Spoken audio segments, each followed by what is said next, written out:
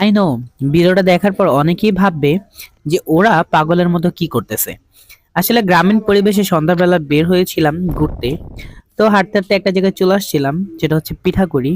তো এখানে বসার পর একটা জিনিস মিসিং ছিল, সেটা হচ্ছে আগুন। তো পাশেই ধান ক্ষেত ছিল। তো এখান থেকে খড়গুলা কালেক্ট করে আগুনটা ধরালাম। এখন ফিল হচ্ছে চা খাবো। তো চলে আসলাম, পাশেই দোকান ছিল, তো দোকানে এসে এখান থেকে অন টাইম কাপ নিলাম। আসলে এখানে দুইটা দোকান ছিল, তো দুইটা দোকানে জিজ্ঞেস করেছিলাম, তো একটা দোকানে পেয়েছিলাম।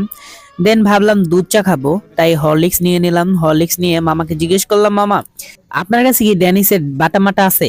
তো মামা বললে হ্যাঁ মামা আছে। তো মামার থেকে এই যে বাটাটা কালেক্ট করলাম, কারণ ওইখানে বসে এমন একটা ফিল ছিল যে এখানে চা খেলে খুব বেশি ভাল লাগবে। তাই হুটহাট করে এখানে চলে আসছি। তো সুন্দর করে মামা চা বানাই দিতেছিল। তো আসলে ভাল লাগছিল খুব। তো চাটাও খুব বেশি জোস ছিল। তো চাটা বানাইতেছিল, গরম করতেছিল। আর অপরদিকে নয়ন ভাই আর প্রান্ত ওই দোকান থেকে বিস্কুট কালেক্ট করেছিল। আসলে দুই দোকান থেকে টুকিটাকি অনেক কিছুই নিয়েছি আমরা ওইখানে বসে খাওয়ার জন্য।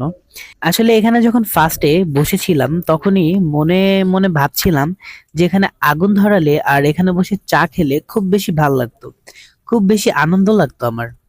তো আসলে যেটা ভাবা সেটাই কাজ। তো সামনে খড়গুলো কালেক্ট করে আগুন ধরিয়ে চলে গেলাম দোকানে, কালেক্ট করলাম চা।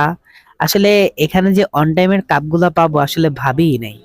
আসলে ভালো মুহূর্ত কাটাতে খুব বেশি টাকার প্রয়োজন হয় না, অল্পতেই সন্তুষ্ট থাকতে হয়। জীবনে চাহিদা যত কম থাকবে, জীবন তত বেশি সুন্দর হবে। চাহিদার পরিমাণ যখন বেড়ে যাবে, এক্সপেকটেশন যখন বেড়ে যাবে, তখন আসলে জীবন অনেক হতাশময় হবে। তাই জীবনে চাহিদা কম থাকা ভালো, অল্পতে সন্তুষ্ট থাকা ভালো। তাহলে হয়তোবা জীবনটা অনেক বেশি সুন্দর হবে, সুন্দরভাবে এগিয়ে যাওয়া যাবে। এই তো, ছোট্ট একটা জীবন। এখানে মন খারাপ করে বসে থাকলেও জীবন পেরিয়ে যাবে। ইভেন সবকিছু বাদ দিয়ে সামনে খুশি মনে এগিয়ে গেলেও সুন্দরভাবে জীবন কেটে যাবে। যাই হোক, এখানে খুব ভালো একটা মুহূর্ত কাটালাম। আর এখানে আসলে এই ভাই ভাই চিপসটা খাই। এই ভাই ভাই চিপসটা খুবই জোস। তো ভিডিওটা এই পর্যন্তই। ভালো লাগলে অবশ্যই ফলো দিবেন। আল্লাহ হাফেজ।